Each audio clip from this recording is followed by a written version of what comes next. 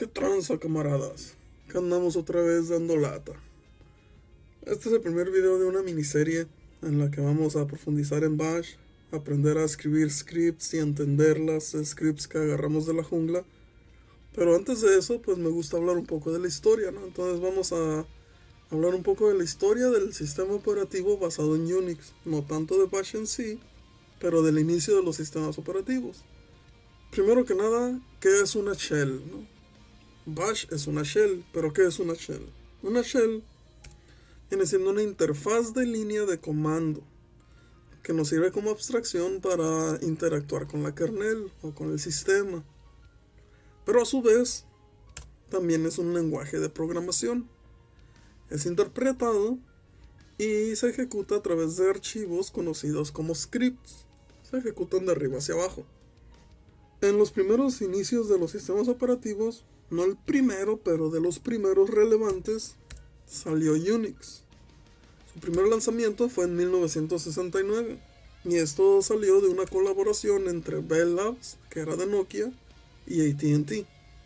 Estas dos empresas se pusieron a desarrollar un sistema operativo para las computadoras que en ese entonces todavía abarcaban una sala entera, ¿no? Entonces, no es como que las casas tenían computadoras, sino que se usaban en empresas más que nada.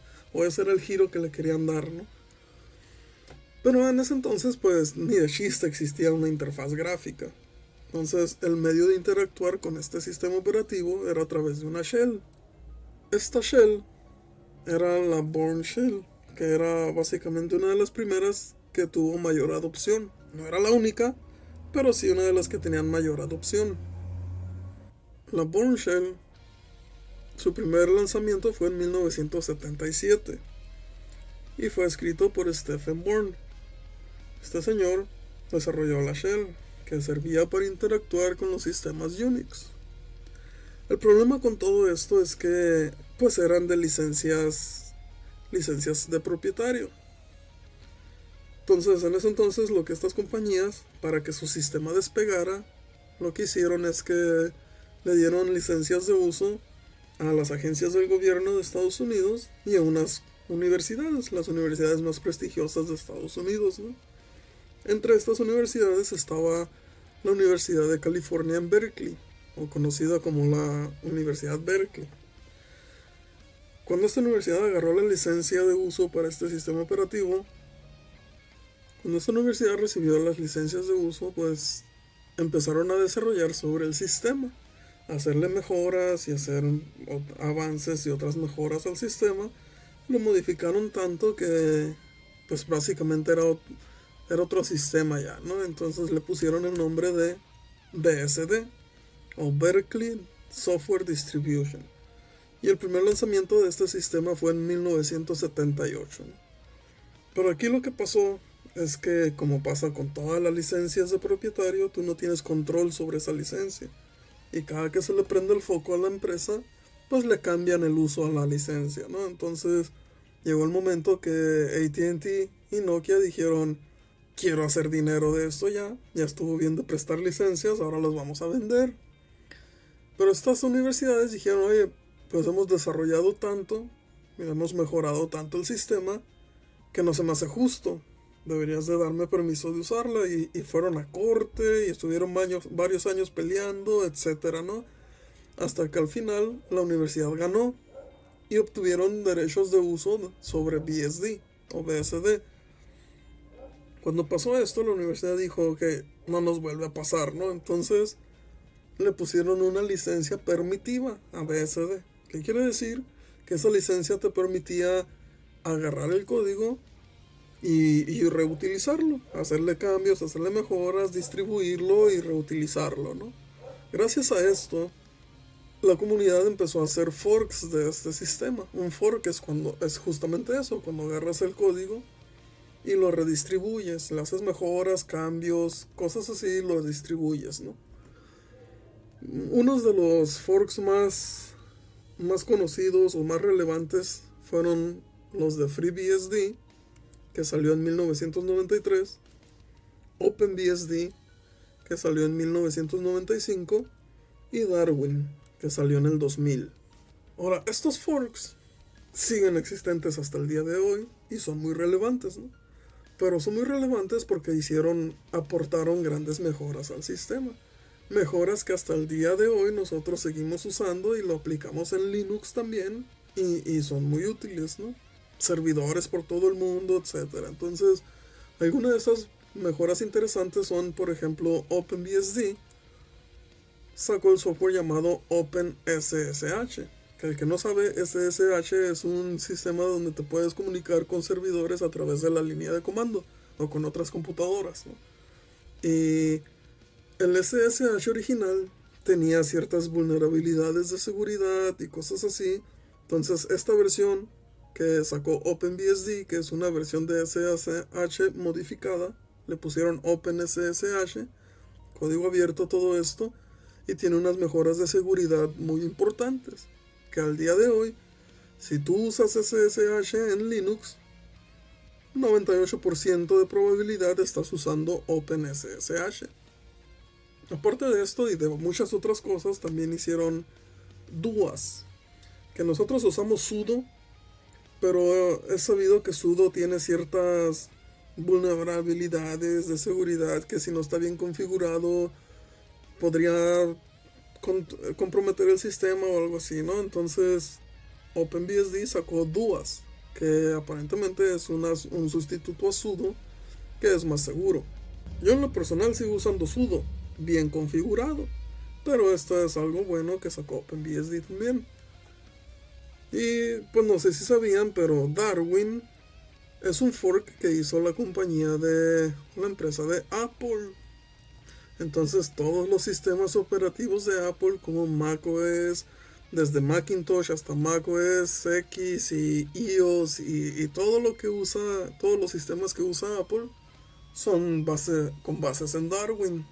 Y para mí el más interesante de todos es FreeBSD, que en su momento fueron los desarrolladores de la capa de red de TCP/IP y todo lo que conlleva el TCP/IP. Entonces, como se imaginarán, este sistema corría en los sistemas de las universidades y fue el primer sistema en hacer una conexión con otra computadora a través de la red. El primer internet, que se llamaba ARPANET, fue hecho por las universidades utilizando el sistema de FreeBSD, y este es un gran aporte.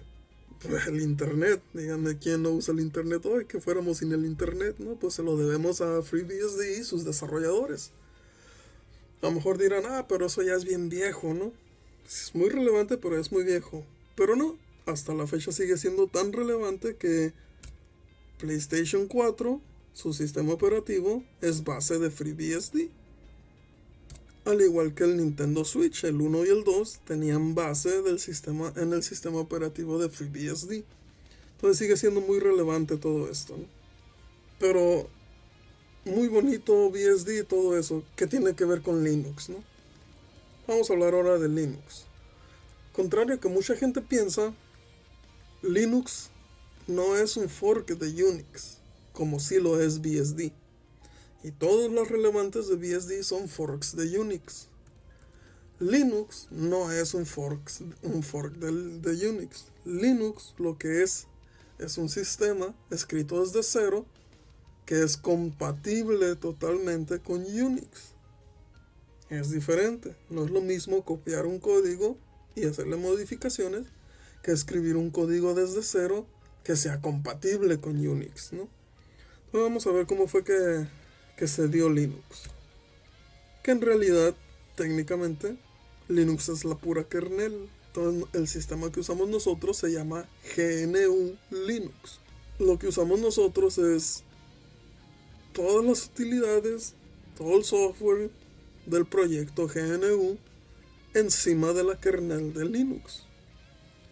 Vamos a hablar un poco de esto. ¿Qué es GNU? El gran señor Richard Stallman, en mi opinión, el padre del open source, tenía una idea y dijo: yo voy a hacer un sistema operativo que sea abierto, que esté disponible para todos, que sea gratis y que lo puedan utilizar, ya sea escuelas para aprender o para darle uso, etcétera, ¿no? Entonces inició un proyecto que se llamaba el proyecto GNU. Su primer lanzamiento fue en 1985 y el proyecto GNU cuenta de muchos proyectos en sí. Todos estos que vemos aquí son parte del proyecto GNU. Muchos softwares y los que faltan, ¿no? Pero si uno mira aquí rápidamente, LS, Shown, Sleep, Groups, todo esto son cosas que usamos todos los días en Linux, en la terminal o a través de una interfaz gráfica, etc. Entonces, básicamente nosotros usamos la kernel de Linux con todo esto encima. Si no tuviéramos el proyecto GNU, solamente tuviéramos una kernel. Entonces le debemos mucho a este señor. Pero este señor estaba desarrollando también la kernel que se llamaba Hurd. Pero ahí como que les fallaba y nunca lograron tener un lanzamiento funcional de esa kernel. Siempre estuvo en fase de desarrollo. Ya tenían muchas utilidades para servir, pero no tenían la kernel. Aquí es donde entra el gran Linus Torvalds. Que él, cuando iba a la universidad, dijo: me gusta trabajar con las kernel, quiero desarrollar mi propia kernel. No hay ninguna kernel que sea abierta que me permita ver cómo funcionan, entonces voy a desarrollar la mía. Y decidió hacerla compatible en su totalidad con Unix o con los estándares de POSIX, que básicamente son los estándares que sacó Unix, ¿no? Y sacó su primer lanzamiento de la kernel en 1991. Cuando Linus hizo esto, la comunidad dijo: por fin tenemos una kernel que es de código abierto y que es compatible con Unix. Ya podemos agarrar el proyecto de GNU, que también es de código abierto y que es compatible con Unix. Toda la comunidad agarró esta kernel y todo lo que había encima de este proyecto y los unieron en el sistema operativo GNU Linux, que por technicalidades y simplicidad se fue llamando simplemente Linux. Pero es importante que entendamos que nosotros usamos Linux con GNU. Son igual de importantes los dos. Por simplicidad le llamaremos Linux, ¿no? Pero es importante que tengamos conocimiento de esto. Y ok, aquí ya tenemos nuestros sistemas Linux, distribuciones y demás, ¿no? ¿Qué onda con Bash? Vamos para allá entonces, pues. Este señor Brian Fox, en 1989, hizo el primer lanzamiento del software que desarrolló, que se llamaba Bash, que básicamente quiere decir The Born Again Shell, ¿no? O la Shell renacida. Nacido en inglés se escribe Born, B-O-R-N, Born, pero él lo puso Born como el apellido de Stephen Born, porque su desarrollo está basado en la Shell de Stephen Born, en la Born Shell, pero con muchas mejoras. Entonces es un guiño a la Shell original, pero esta tiene muchas mejoras, ¿no? Y el proyecto que hizo este señor es parte de GNU. Entonces cuando la comunidad mezcló la kernel de Linux con el proyecto GNU, ahí venía Bash, que es la shell con la que todos, la mayoría de nosotros, interactuamos con nuestro sistema operativo. No es la única. Muchos dirán que ya es antigua. Hay otras como Seashell o Fish o Corn Shell que muchos dicen o que técnicamente son mejores, pero la gran mayoría de nosotros seguimos usando Bash. Hasta hace poco incluso Macintosh también usaba Bash y FreeBSD sigue usando Bourne Shell. Pero como son compatibles todas estas, por eso es que a veces cuando estás viendo un desarrollador que está desarrollando, no sé, un proyecto web o algo así, interactúa con la terminal, los comandos con los que usa para interactuar con la terminal los podemos usar en Linux con Bash. También se pueden usar en Macintosh o en los sistemas de Mac, no de Apple. Y también se puede usar en los sistemas de FreeBSD, porque son compatibles todo esto. Windows es el único que no, por eso no nos interesa ni vamos a hablar de él, ¿no? Pero así es como llegamos a Bash. En los próximos videos vamos a empezar a ver lo que es los principios de fundamentos básicos de programación, ciclos y ese tipo de cosas, para estar listos para empezar a programar scripts en Bash. Y esto fue de su camarada de Linux para simples mortales. Nos vemos al próximo video.